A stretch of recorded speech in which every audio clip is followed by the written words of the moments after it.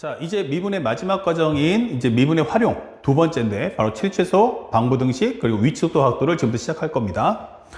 현재 우리가 봐야 될 내용 중에서 하나하나씩 개념을 한번 정리해 보고 그에 따른 문제를 풀 텐데, 일단 칠취소하고 방부등식 먼저 하고요. 위치속도 각도는 한 번에 정리를 하도록 하겠습니다. 어려운 내용은 아니니까. 현재 여기서 말할 때 이 칠취소라는 개념이에요. 한 가지만 기억하시면 돼요. 바로 무엇입니까? 하면 여기는 제일 중요한 게 제한 범위가 있다라는 뜻이에요. 제한 범위가 존재한다. 이게 제일 중요합니다. 그래서 이 제한 범위를 가지고서 문제를 푸는데, 예를 들어서 이제 이런 설명할 수 있죠. 현재 그림에서 이렇게 y는 fx가 있어요. 그러면 현재 여기가 우리가 알고 있는 것처럼 알파, 베타라고 합시다. 그러면 누가 봐도 여기가 극대값, 극소값이지만 이 극대값이 최대라고 하지 않는 이유는 얘보다 더 높은 값이 있기 때문이고, 이 극소보다 더 작은 값들도 존재하기 때문에 극대와 극소를 가지고 최대 최소라고 하지 않습니다. 그래서 사실은 첫 번째 문제풀이법은 1번 현재 극값의 x값을 구하시는 겁니다. 극값이 되는 x값 구하기. 그리고 두 번째는 제한 범위하고 비교해 주세요. 제한 범위와 x값, 극값의 x값 비교, 극값의 x값 비교, 이게 되는 거예요. 그래서 제한 범위 내에 있으면 활용하시고 제한 범위 밖에 있다 할 때는 무효해 버리시면 되는 거야. 그 다음에 세 번째는 제한 범위 양끝의 함수값과 제한 범위 내의 극값을 비교해 주세요. 자, 이렇게 하시면은 사실상 문제를 다 풀 수가 있다, 이 되는 거예요. 그러면 우리가 실제 문제 풀 때는 극값도 구해야 되고 제한 범위 함수값도 구하니까 보통 일반적인 3차 함수면은 극값 2개, 양쪽 끝값까지 하면 토탈 4개 값이 필요하고요. 만약에 4차 함수면 극값이 총 3개에다가 제한 범위가 넣으면 5개를 구해요. 그러면 양이 너무 많죠. 그래서 실제 시험 범위에서 나오는 것은 중요합니다. 바로 뭐냐 하면은 제한 범위 내에 극값이 한 개만 존재할 때 이게 되는 거예요. 몇 개가 존재한다 하면은 극값이 오직 한 개만 존재한다 라고 설명이 따라 붙습니다. 그러면 우리는 첫 번째, 그것이 만약 극대라고 한다면 이때는 이것이 바로 최대값이라고 할 거고요. 그 다음에 두 번째는 극소라고 한다면 최소값이라고 하겠다, 이렇게 되는 거예요.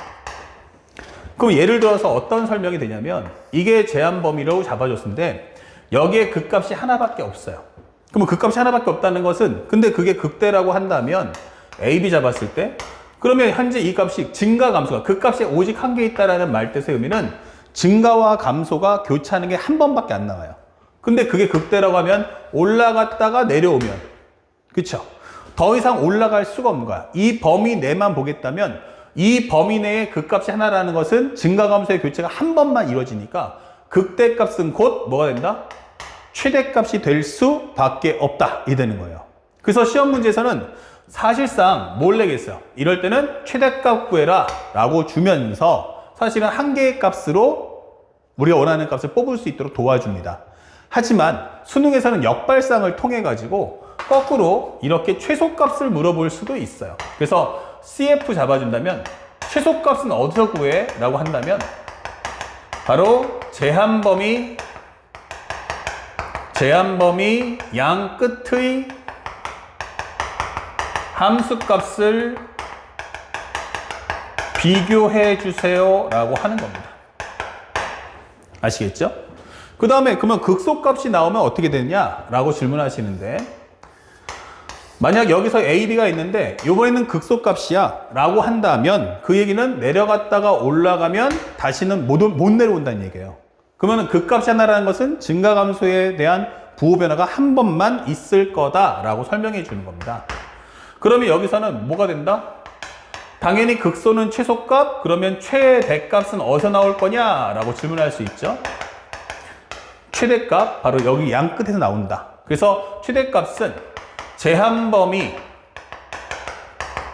양 끝의 함수값을 비교해 주시면 되겠어요. 양 끝에 함수값 비교, 이게 되는 거죠. 아, 이런 설명이 되는구나. 그래서 이렇게 내용을 꼭 정리해 주세요. 시험에 잘 나오는 건 바로 이 중요 포인트니까 이 부분을 꼭 기억해 둘 필요가 있습니다. 그리고 이 최대최소라는 것의 가장 중요 핵심이죠. 그게 바로 뭐냐라고 한다면 바로 그래프 그리기가 필수라는 걸 잊지 마세요. 오늘 목표의 특성이에요. 최대최소, 방부등식 전부 다 그래프 그리기가 목표구나 라는 점을 잊지 마셔야 돼요. 그래서 눈으로 그림을 그려서 눈으로 보고 확인해 봐 라고 설명해 줍니다. 그 다음에 바로 연결해서 또 하나 설명해 준다면 방정식과 부등식인데 방정식과 부등식 이게 됩니다. 이때는 첫 번째 방정식은 어떻게 돼? 라고 하면 이거는 실근의 개수 혹은 교점의 개수를 질문할 것이고요. 그러니까 값을 구하는 게 아니고요. 개수를 물어볼 것이야 이게 되는 거예요. 그 다음에 두 번째는 부등식이야 라고 하면 대소 비교를 하겠다라는 게 목적인 거예요. 그래서 첫 번째로 설명을 해보면 방정식에서는 fx equal 0이라고 할 거예요. 그러면 우리가 설명할 때 이 과정 안에 뭐가 있다 하면은 반드시 미정계수가 존재합니다. 알겠죠? 그러면 우리는 반드시 이 미정계수를 어떻게 한다? 그럼 한쪽으로 이항을 해주세요. 그래서 이 과정 중에서 만약에 k가 있으면 k를 싹 넘겨주는 거야. 예를 들어서 이런 거지. x3승 마이너스 3x제곱 플러스 9x 마이너스 k가 0이야. 이게 되는 거예요. 그럼 미정계수 보이죠? 그러면 얘를 싹 다 넘겨버리는 거예요. 이렇게. 이런 식으로 넘겨주세요. 그러면 이게 하나 새로운 함수가 만들어지겠죠? 그러면 이것을 우리는 gx라고 하고요. 여기를 k라고 해주세요. 그러면 이제 여기는 뭐가 없어? 라고 하면 미정계수가 존재하지 않는다. 이게 되는 거예요.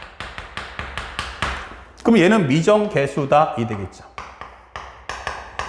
오케이. 자, 그렇다면 우리는 이 y는 gx라는 그래프를 그리세요. y는 gx 그래프 그리기.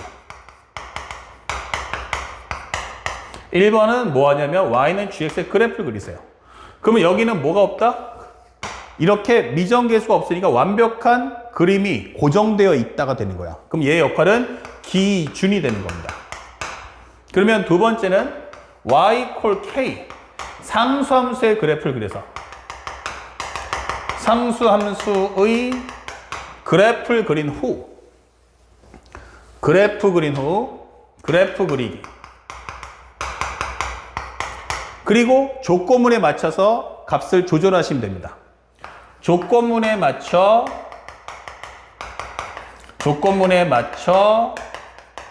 두 함수를 비교한다. 이게 되는 거야. 이렇게 문제 푸시면 방정식 문제는 전부 다 풀 수 있어요. 그러니까 일반적 우리가 알고 있는 방정식의 풀이 과정을 따라가지 마세요. 해설지라든지 이런 거 딱 깡그리 무시하시고요. 선생님이 지금 설명했던 내용만 가지고 문제를 풀기 바랍니다. 그 다음에 두 번째는 부등식의 경우인데 fx가 0보다 작거나 크다라고 주는 경우도 있고 fx가 gx보다 작거나 크다라고 설명할 수 있어요. 그러면 여기에 미정계수가 뭐한다? 존재할 거야? 이 되는 거예요. 아니? 그러면 여기 또는 여기에 뭐가 있다? 미정계수가 존재할 거야? 이게 되는 거예요. 물론 둘 다 있다는 얘기가 아니고 둘 중에 하나가 있다는 얘기예요. 그러면 예를 들어서 이런 거죠. 방금 했던 내용과 똑같은데 현재 마이너스 k가 0보다 크다 뭐 이렇게 되는 거죠.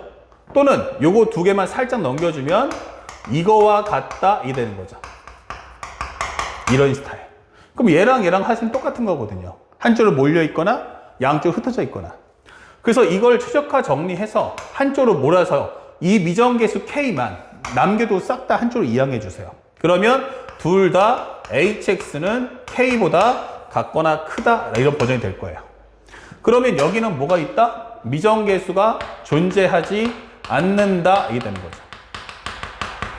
그리고 여기는 미정계수가 존재한다 이게 될 거예요.